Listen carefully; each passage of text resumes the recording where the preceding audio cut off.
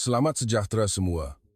Hari ini, kita digemparkan dengan satu berita yang menggegarkan seluruh Asia. Perdana Menteri Malaysia baru sahaja mengumumkan satu ayat yang bukan sahaja mengejutkan Beijing, tetapi juga membuatkan Washington terdiam seribu bahasa.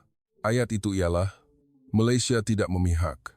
Tetapi, tahukah anda, ayat ini bukan sekadar kata-kata manis. Ia adalah satu langkah catur politik yang mungkin mengubah percaturan di Asia secara keseluruhannya. Dan yang lebih genting, selepas pengumuman ini, ada tangan-tangan gaib yang serta-merta mula bergerak. Jika anda ingin tahu apa yang berlaku seterusnya dan mengapa seluruh dunia seakan-akan terhenti seketika, tontonlah hingga ke penghujung, kerana klimaksnya adalah yang paling mendebarkan. Malam sebelum sidang media itu, hujan renyai-renyai membasahi Putrajaya, seolah-olah pusat pentadbiran negara itu sedang menahan nafas.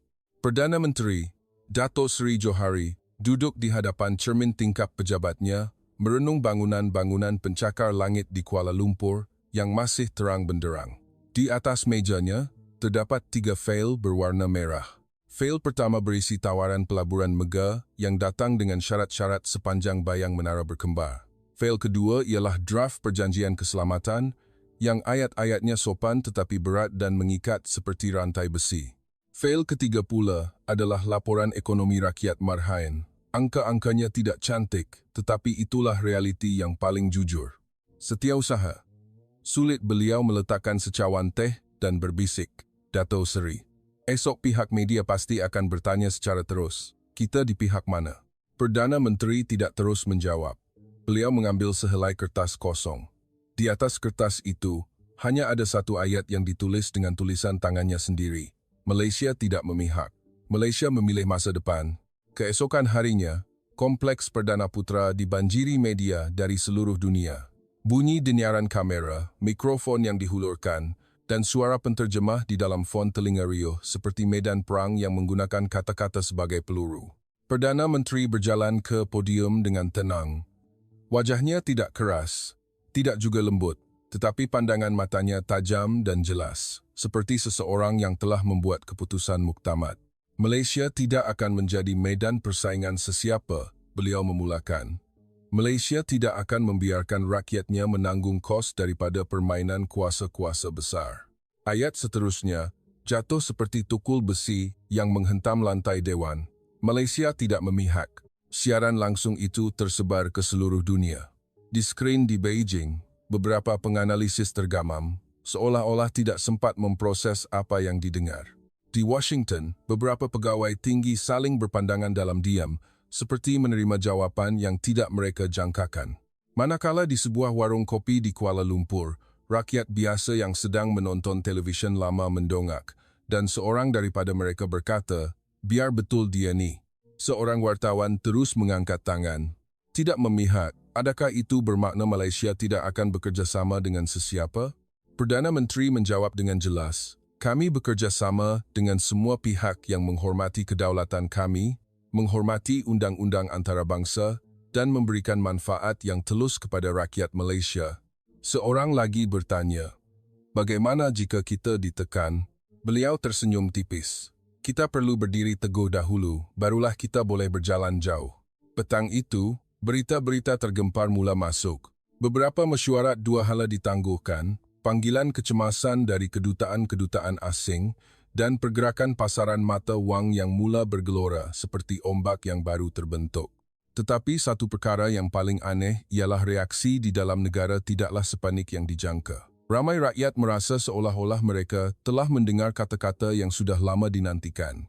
Perkataan tidak memihak bukanlah tanda ketakutan, tetapi satu pengisytiharan bahawa kami ingin menjadi tuan kepada nasib kami sendiri. Malam itu, apabila Perdana Menteri pulang ke kediamannya, beliau membuka telefon bimbitnya dan melihat satu pesanan ringkas daripada nombor yang tidak dikenali. Malam ini, permainan sebenar bermula. Awas orang terdekat. Beliau merenung skrin itu lama sebelum memandang keluar jendela yang gelap, menyedari bahawa pengumuman hari ini hanyalah pembuka tirai. Keesokan harinya, Putrajaya terasa seperti sebuah bandar yang ditarik oleh dua tali serentak. Satu tali menarik ke arah timur, satu lagi ke arah barat, tetapi yang berada di tengah-tengah ialah rakyat. yang terpaksa menanggung segala ketegangan. Perdana Menteri memanggil mesyuarat tergempar.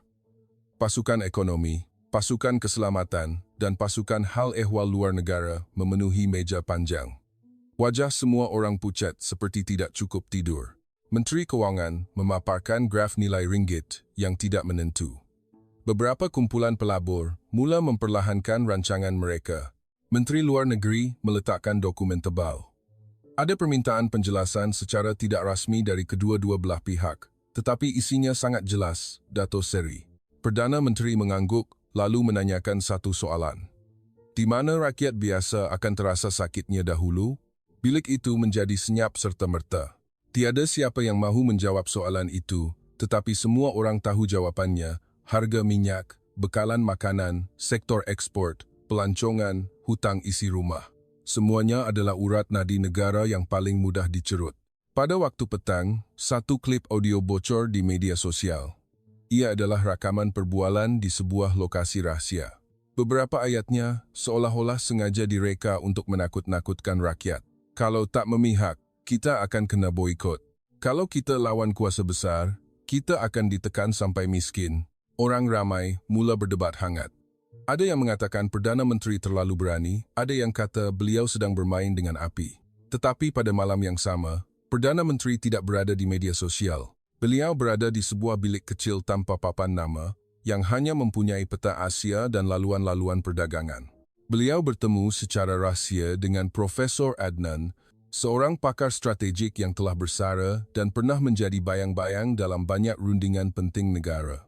Profesor itu berkata terus terang, "Tidak memihak bukan bermakna tidak akan dipukul. Ia bermakna kita akan dipukul oleh kedua-dua belah pihak." Perdana Menteri menjawab dengan tenang, "Saya tahu. Tetapi jika kita memihak, kita akan kehilangan jati diri kita sebelum permainan bermula." Profesor Adnan tersenyum sayu. "Kalau begitu, kita mesti ada sesuatu yang membuatkan mereka gerun, bukan sekadar kata-kata indah." Malam itu, Perdana Menteri mengarahkan penubuhan sebuah pusat strategi kedaulatan ekonomi secara senyap. Matlamatnya bukan untuk berperang dengan senjata, tetapi untuk berjuang dengan kuasa rundingan dalam 3 bidang utama, tenaga, rantaian bekalan makanan, dan teknologi data kerajaan. Beliau memberitahu pasukannya, jika kita mahu berdiri teguh, kaki kita mesti lebih kuat daripada ini. Keesokan paginya, berita buruk datang lebih pantas daripada cahaya matahari. Beberapa kontrak perniagaan ditangguhkan. Beberapa projek pelaburan mula disiasat dengan lebih ketat. Sesetengah media mula melaporkan seolah-olah negara sedang dipinggirkan.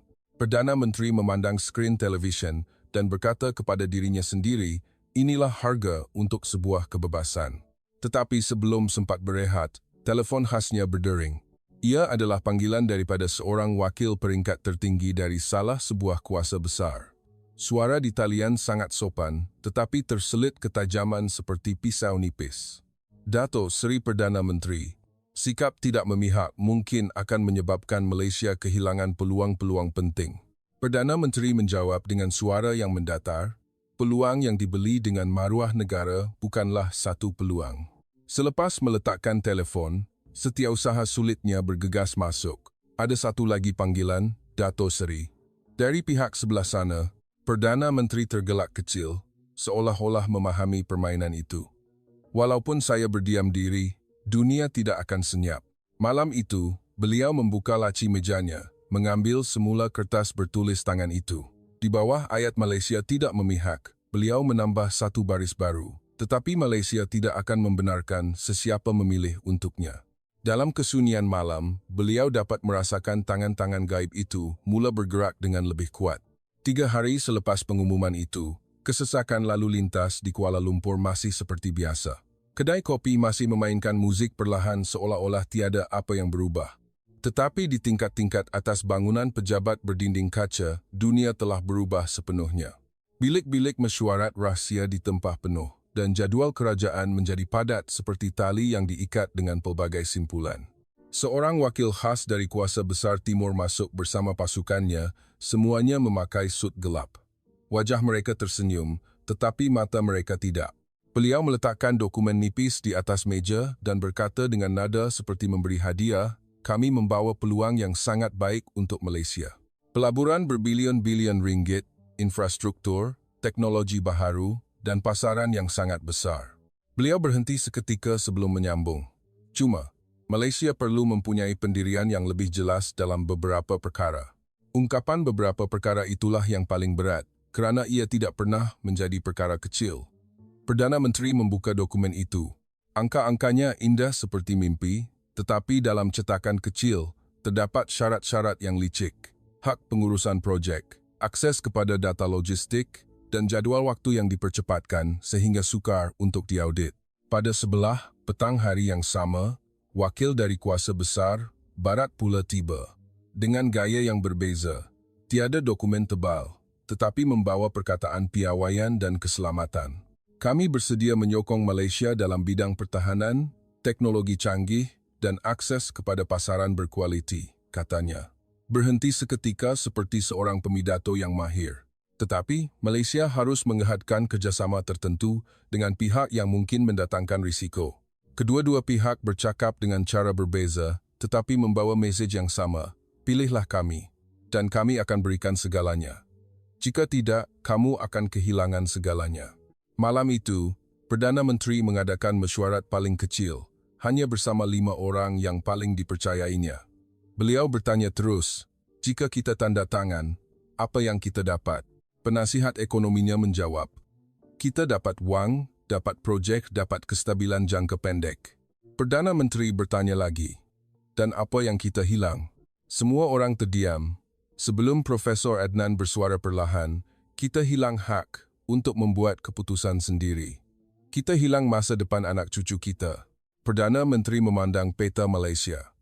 Beliau melihat laluan kereta api, pelabuhan, kabel elektrik, dan aliran data digital yang tidak kelihatan. Beliau sedar, sebuah negara bukan sahaja kalah dalam peperangan, tetapi juga boleh kalah dalam perjanjian yang tidak dibaca dengan teliti. Keesokan harinya, kerajaan mengeluarkan satu dokumen dasar baharu kepada umum, bertajuk Prinsip Teguh Malaysia.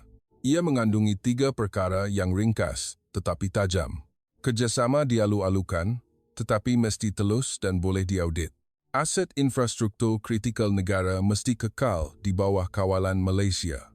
Keselamatan negara tidak boleh diikat dengan syarat yang menggadaikan kedaulatan Malaysia. Sesetengah media mentertawakannya sebagai idealistik dan tidak realistik. Tetapi sebahagian rakyat yang selama ini diam mula mengangguk setuju kerana perkataan telus adalah sesuatu yang sudah lama tidak mereka dengar dalam permainan politik peringkat tinggi.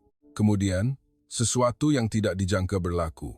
Dokumen dasar itu digodam. Maklumat palsu disebarkan kononnya Malaysia akan menutup sempadan dan memutuskan hubungan dengan salah satu pihak, menyebabkan pasaran kewangan bergolak sekali lagi, walaupun kerajaan tidak pernah berkata begitu. Perdana Menteri berdiri di hadapan bilik komunikasi kecemasan dan berkata kepada pasukan siber, ini bukan sekadar habar angin. Ini adalah cubaan untuk menguji ketabahan kita. Beliau memandang wajah semua orang. Jika kita lambat bertindak balas, rakyat akan panik dan kita akan kalah sebelum sempat berjuang. Malam itu, lampu di Perdana Putra tidak padam. Negara seolah-olah sedang bermain catur di atas papan yang pada pandangan orang ramai hanyalah berita, tetapi bagi mereka yang terlibat, ia adalah pertempuran yang mempertaruhkan masa depan. Apabila perang maklumat semakin sengit, keadaan di Parlimen pula menjadi panas. Parti pembangkang mengemukakan usul tergempar. Ada yang menjerit Perdana Menteri sedang membawa negara ke arah risiko. Ada yang menuduh tidak memihak hanyalah slogan kosong tanpa perancangan. Siaran langsung dari Dewan Rakyat menjadi rancangan nombor 1 negara. Rakyat Malaysia menontonnya seperti drama. Tetapi hakikatnya ia menentukan nasib ekonomi negara. Seorang ahli pembangkang bangun. Yab Perdana Menteri, dunia ini tiada ruang untuk orang tengah. Jika tidak berdiri di sisi sesiapa, tuan akan dipijak. Tepukan gemuruh bergema. Perdana Menteri duduk dengan tenang, tidak tersenyum, tidak juga marah. Beliau menunggu sehingga Dewan senyap, kemudian bangun dan berucap dengan suara yang tidak lantang tetapi jelas. Saya menghormati semua kebimbangan, beliau memulakan. Tetapi izinkan saya bertanya kembali. Selama ini kita memihak, adakah rakyat kita benar-benar menjadi lebih kaya? Atau kita hanya mendapat harapan tetapi terpaksa membayarnya dengan hutang? Dewan terdiam. Beliau menunjukkan satu dokumen. Memihak memudahkan kita untuk dipergunakan. Tetapi untuk tidak memihak, ia memerlukan keupayaan mentadbir yang jauh lebih tinggi dan kesanggupan menahan tekanan yang lebih hebat. Saya mengakuinya. Beliau berhenti seketika dan melafazkan ayat yang membuatkan ramai di dalam Dewan terkesima. Saya tidak takut ditekan. Saya takut rakyat Malaysia terbiasa ditundukkan. Saluran berita memotong siaran ke seorang peniaga sayur di pasar. Kami cuma nak harga barang tak naik, ada kerja. Tak payahlah main permainan besar-besar sampai kami yang susah. Kata-katanya tiada teori, tiada politik, tetapi itulah kebenaran yang paling tulus. Pada hari yang sama, kerajaan mengumumkan pakej penampan ekonomi untuk rakyat secara segera. Mengawal harga sebahagian bahan api, menambah bantuan kepada petani yang terjejas oleh pasaran tidak menentu, dan menubuhkan dana penstabilan mata wang untuk menangkis serangan spekulasi. Perdana Menteri menegaskan, jika kita mahu berdiri teguh, kita tidak boleh biarkan golongan bawahan menjadi perisai negara. Tetapi cabaran terbesar belum tiba. Terdapat maklumat risikan bahawa beberapa ahli parti komponen kerajaan mula goyah akibat tekanan daripada pemodal besar dan rangkaian asing. Ribut di parlimen bukan sahaja datang dari pembangkang, tetapi juga dari dalam. Suatu malam, Setiausaha sulitnya masuk dengan wajah yang pucat. Dato' Seri, ada seorang menteri kabinet yang bertemu dengan wakil asing tanpa melalui saluran rasmi. Perdana Menteri tidak terkejut, seolah-olah sudah menjangkakannya. Mereka fikir saya akan berundur, bukan?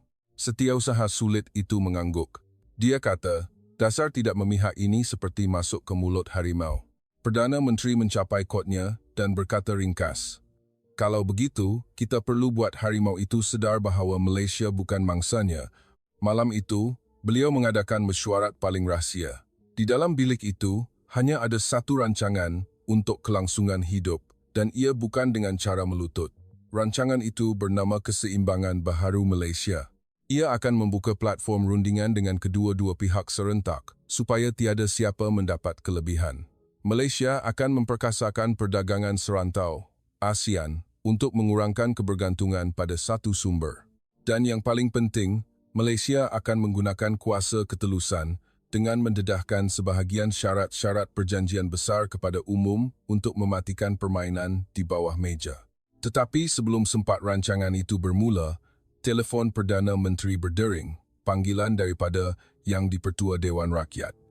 Esok pagi, ada pihak akan kemukakan usul tidak percaya secara kilat. Perdana Menteri menutup matanya sejenak, lalu menjawab ringkas, kalau begitu, esok, kita akan beritahu seluruh negara sekali lagi apa yang Malaysia pilih. Permainan di parlimen mungkin hanya satu pentas, tetapi perang sebenar adalah perang kepercayaan dan ini adalah medan yang tidak boleh kalah. Pagi usul tidak percaya dibahaskan. Orang ramai terpaku di hadapan skrin seolah-olah menanti episod akhir sebuah siri televisyen. Tetapi bagi Perdana Menteri, ini bukan siri. Ini adalah realiti di mana jika beliau tersilap langkah, negara akan menanggung padanya. Beliau melangkah masuk ke Dewan Rakyat. Lampu kamera menyuluh seperti di stadium, tetapi hatinya lebih tenang daripada yang disangka. Pembangkang membuka serangan. Tuan telah membuatkan negara asing tidak senang, menyebabkan pasaran bergolak dan pelabur lari. Perdana Menteri bangun menjawab, jika kestabilan negara kita bergantung pada mood orang lain, itu bermakna kita tidak pernah benar-benar stabil. Kemudian, beliau membuka langkah catur yang tidak dijangka. Kerajaan membentangkan satu pakej strategik bernama Malaysia, memilih masa depan, sebuah pelan 3 tahun yang konkret dan boleh diukur. Tenaga rakyat, memperluas program solar community untuk mengurangkan kos elektrik bagi perniagaan kecil. Makanan adalah kuasa, membina rizab strategik makanan dan sistem ekspor yang telus untuk mengurangkan tekanan pasaran. Kedaulatan data, menubuhkan pusat data awan kerajaan di Malaysia untuk meningkatkan keselamatan siber. Pelaburan terbuka bersyarat. Semua negara boleh melabur, tetapi mesti melepasi piawaian Malaysia dan semua projek mesti mendedahkan syarat-syarat utamanya kepada umum. Perkataan mendedahkan kepada umum membuatkan wajah beberapa ahli dewan berubah kerana permainan yang selama ini dijalankan dalam gelap kini diheret ke bawah cahaya. Perdana Menteri berkata dengan jelas, kita tidak tutup pintu kepada sesiapa, tetapi kita tidak akan buka rumah untuk orang lain datang pegang kunci. Pada sebelah petang, berita dari luar negara mula masuk. Agensi berita antarabangsa menganalisis bahawa Malaysia sedang membina satu doktrin baharu, mirip negara-negara kecil lain yang cuba berdiri di tengah-tengah dengan maruah. Pasaran mula stabil sedikit, bukan kerana ketakutan hilang, tetapi kerana mereka mula melihat satu pelan, bukan sekadar retorik. Kemudian, satu peristiwa yang membuatkan dunia terhenti berfikir berlaku. Perdana Menteri mengadakan mesyuarat dalam talian serentak dengan wakil peringkat tinggi dari kedua-dua kuasa besar pada masa yang sama dan memaklumkan kepada sebahagian media bahawa rundingan itu akan dibuat secara telus dalam rangka kerja yang ditetapkan oleh Malaysia. Tindakan ini bukan sahaja berani, ia adalah satu langkah mengubah padang permainan daripada menjadi pihak yang dipilih kepada pihak yang menetapkan peraturan. Wakil salah satu pihak berkata, "Ini bukan cara yang normal." Perdana Menteri menjawab, "Dunia sudah berubah, Tuan. Negara kecil tidak sepatutnya perlu memilih antara dua kesakitan. Kita boleh cipta jalan ketiga jika kita ikhlas." Selepas mesyuarat itu, beberapa isyarat mula kelihatan. Tekanan politik dalaman berkurangan sedikit, kerana rakyat mula faham bahawa tidak memihak bukan bermakna tiada sekutu. Ia bermakna menjadikan rakyat sebagai satu-satunya sekutu. Malam itu, Profesor Adnan menghantar mesej ringkas. Mula nampak cahaya. Tapi awas, bila cahaya paling terang, bayang-bayang akan jadi paling panjang. Perdana Menteri membacanya dan terdiam. Beliau tahu permainan ini belum tamat, kerana mereka yang kehilangan kepentingan tidak akan menyerah begitu sahaja. Dan benar, seperti amaran profesor itu, satu lagi set dokumen rahsia dilepaskan ke alam maya. Maklumat palsu yang mendakwa pelan Malaysia memilih masa depan mempunyai perjanjian sulit dengan salah satu pihak, sengaja untuk mengelirukan rakyat sekali lagi. Perdana Menteri memandang skrin dan berkata kepada pasukan komunikasinya, "Mereka bukan menyerang saya. Mereka sedang menyerang harapan rakyat Malaysia." Beliau mencapai mikrofon, bersedia untuk membuat sidang media tengah malam, sesuatu yang tidak pernah dilakukannya. Kerana dalam sesetengah pertempuran, jika menunggu hingga esok, rakyat mungkin sudah tertidur bersama ketakutan mereka. Pada jam 11.17 malam, Perdana Menteri muncul di skrin siaran langsung secara mengejut. Tiada latar belakang gah, tiada skrip panjang, hanya beliau, sebuah meja kosong, dan jalur gemilang di belakangnya. Seluruh negara seakan-akan senyap serentak. "Malam ini, saya bukan di sini kerana mahu menang politik," beliau memulakan. "Saya di sini kerana kebenaran sedang cuba dijadikan khabar angin." Beliau mengangkat satu fail. Ini adalah dokumen yang dipalsukan, dan ini adalah maklumat sebenar yang boleh disahkan. Kerajaan melancarkan sebuah laman web pusat bernama Janji Telus yang membolehkan rakyat melihat syarat-syarat utama projek-projek besar. Perinciannya dalam bahasa yang mudah difahami. Bukan bahasa perundangan yang berjela-jela, lengkap dengan sistem untuk disemak oleh media dan ahli akademik. Perdana Menteri berkata dengan tegas, "Jika negara ini mahu berdiri teguh, rakyat mesti lihat bahawa kerajaan tidak menyembunyikan apa-apa." Dalam masa beberapa jam, tanda pagar Malaysia Pilih Rakyat menjadi sohor kini nombor 1. Ramai yang berkongsi pautan untuk menyemak maklumat sebenar. Mereka yang sebelum ini mengkritik mula berfikir sejenak. Buat pertama kalinya, mereka melihat sebuah kerajaan melawan khabar angin dengan bukti, bukan dengan emosi. Tetapi perang belum berakhir. Perang zaman ini tidak menggunakan peluru, ia menggunakan kekeliruan sebagai senjata. Keesokan harinya, laman web itu diserang dengan trafik yang sangat tinggi, DOS. Pasukan siber bekerja sepanjang malam, peluh menitik seolah-olah di medan perang sebenar. Setiausaha sulit melaporkan, mereka cuba lumpuhkan sistem untuk membuktikan bahawa ketelusan adalah angan-angan. Perdana Menteri menjawab, "Kalau begitu, kita mesti pastikan ia tidak lumpuh untuk membuktikan bahawa negara ini bukan milik mereka yang sukakan kegelapan." Pada masa yang sama, tersebar pula khabar angin bahawa akan ada protes besar di beberapa negeri. Gambar-gambar lama digunakan semula untuk menghangatkan keadaan, tetapi apabila rakyat sendiri semakin pandai membuat semakan, berita palsu mula hilang kuasanya. Kemudian, satu perubahan penting berlaku.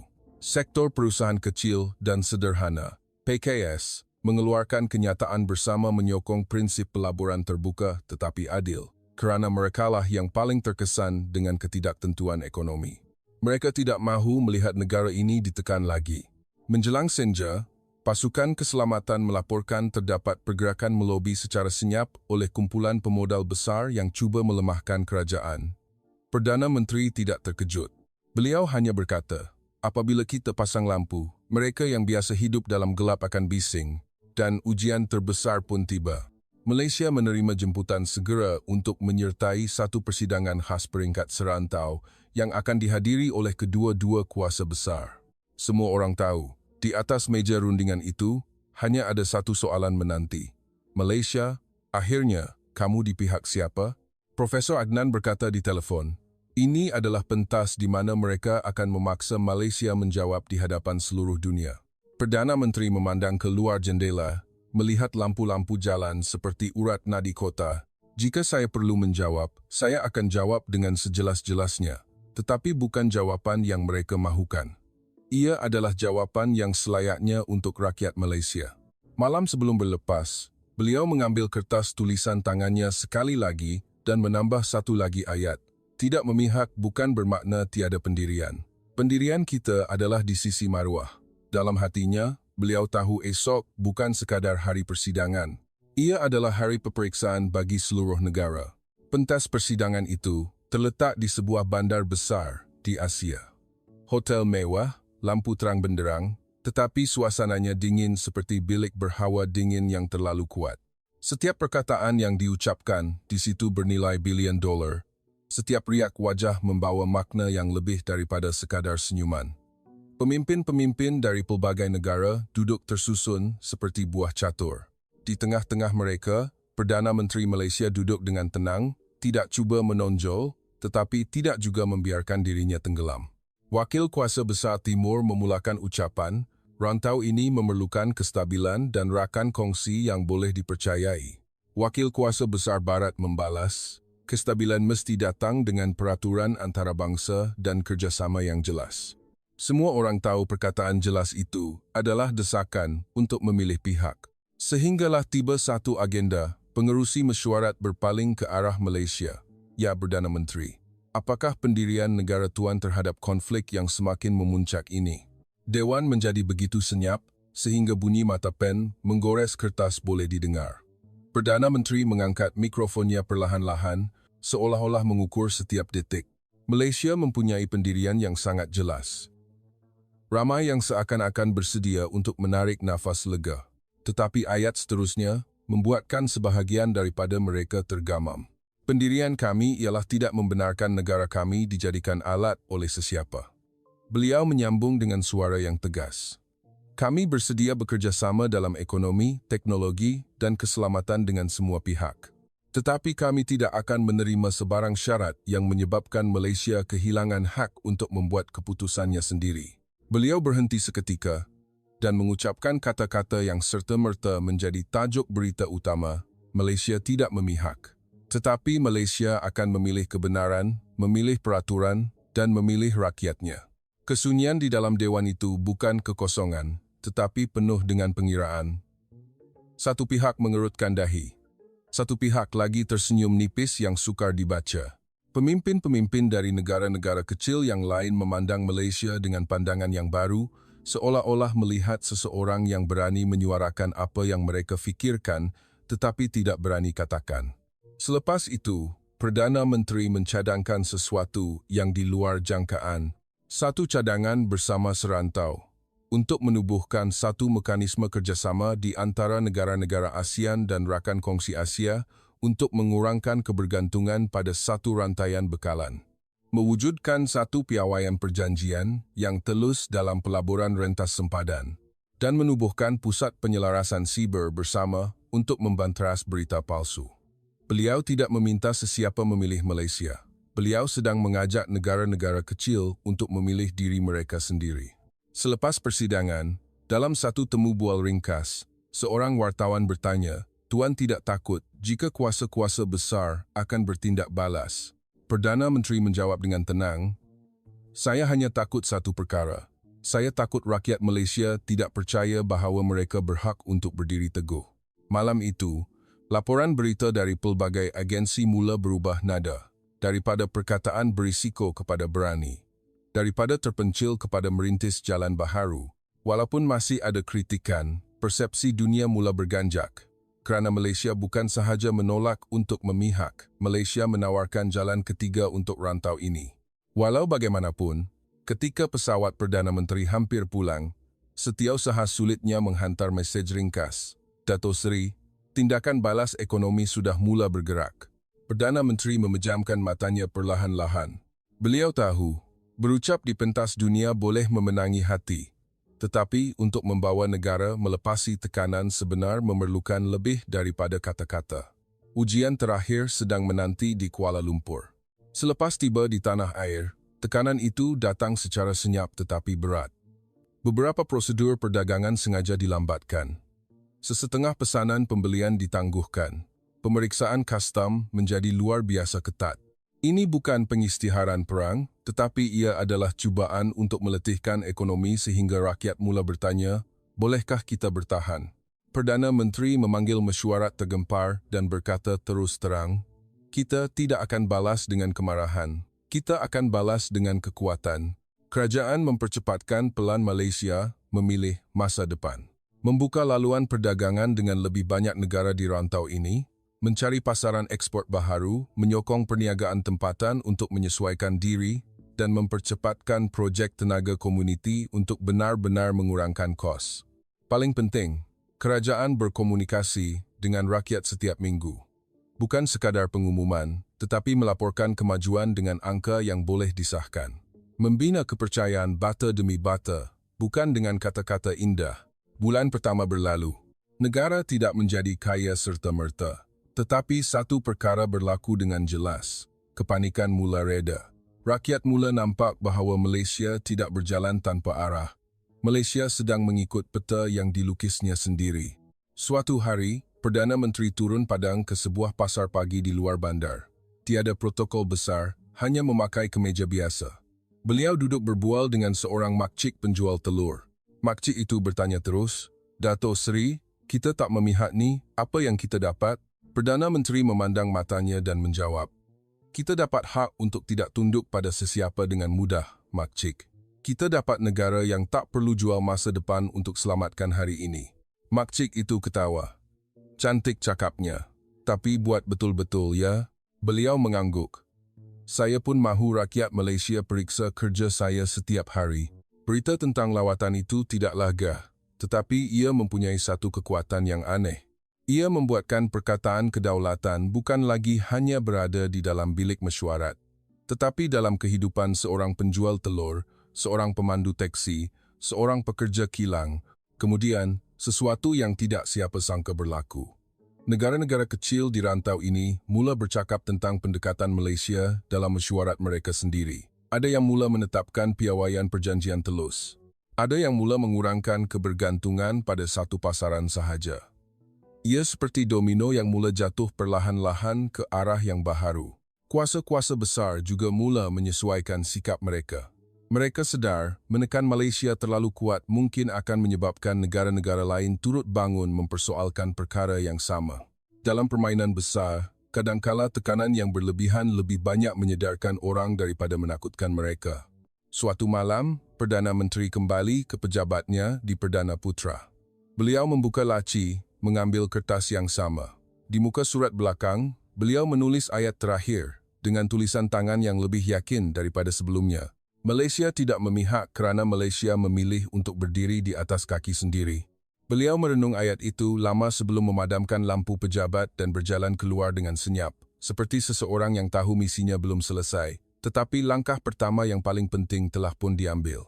Dan dalam lipatan sejarah yang belum tertulis, suatu hari nanti rakyat Malaysia mungkin akan menoleh ke belakang dan berkata, pada hari itu kita tidak menang melawan sesiapa. Tetapi kita menang melawan ketakutan di dalam diri kita sendiri.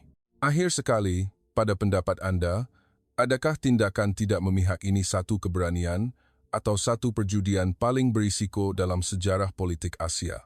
Tuliskan komen Anda di bawah. Saya benar-benar ingin membaca pandangan semua orang. Dan jika Anda tidak mahu terlepas episod seterusnya, kerana permainan ini belum berakhir dan tekanan pasti akan datang lagi, jangan lupa tekan butang ikuti dan loceng notifikasi. Jumpa lagi dalam video akan datang. Selamat sejahtera.